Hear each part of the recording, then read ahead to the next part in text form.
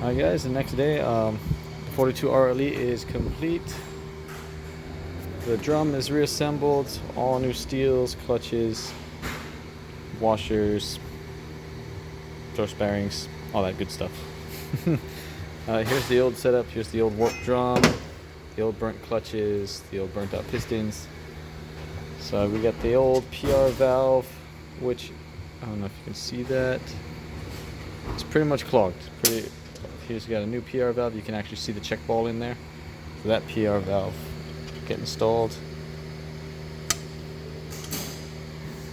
Okay.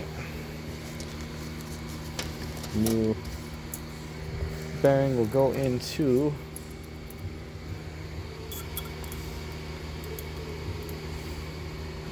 the overdrive drum. Alright, now that's rubbish. That can go away. So now we're going to install the overdrive drum. Have to line up the frictions.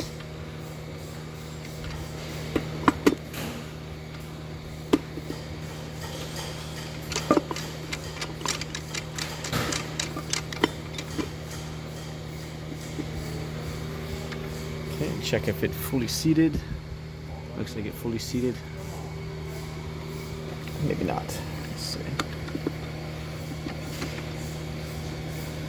Doesn't feel quite right. Again, trying to do this one-handed. There we go. That feels much better. And we are fully seated. Now let's get the new gasket. My camera work is terrible. And we can install the new pump. Or the rebuilt pump anyway.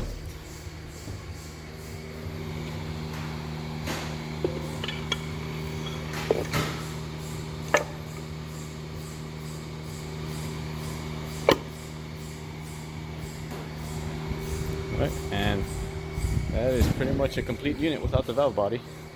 The new valve body is on the way, and this thing should be shipped and ready to go in no time.